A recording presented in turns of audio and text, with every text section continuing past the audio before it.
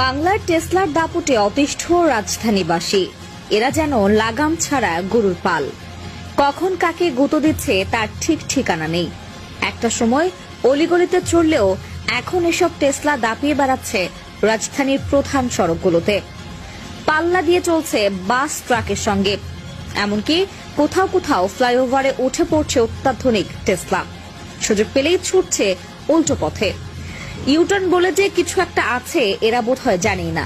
Switch টিপলেই autorickshaw দৌড় দেয় বিপরীত রাস্তায়। ট্রাফিক পুলিশ প্রশাসন এদের দাপটে অসহায়, কোনোভাবেই সামলাতে পারছে না এইসব বেপরোয়া ব্যাটারি চালিত অটোরিকশাকে।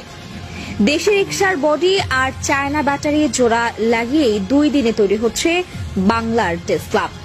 সরাসরি বৈদ্যুতিক খুঁটির তার থেকে বিশেষ পদ্ধতিতে চার্জ দেওয়া হয় এসব অটোরিকশা।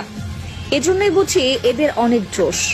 আর এই জোশের ধাক্কায় রাস্তাঘাটে কত মানুষকে যে উড়িয়ে দিচ্ছে তার অঙ্ক করতে গেলে নতুন হিসেবের খাতা খুলতে হবে।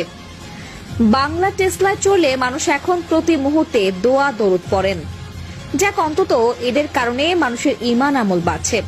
কিন্তু এই যে চলতে চলতে যাত্রীদের হঠাৎ আকাশে উড়িয়ে দেওয়ার ব্যাপারটা, এটার কি যুক্তি?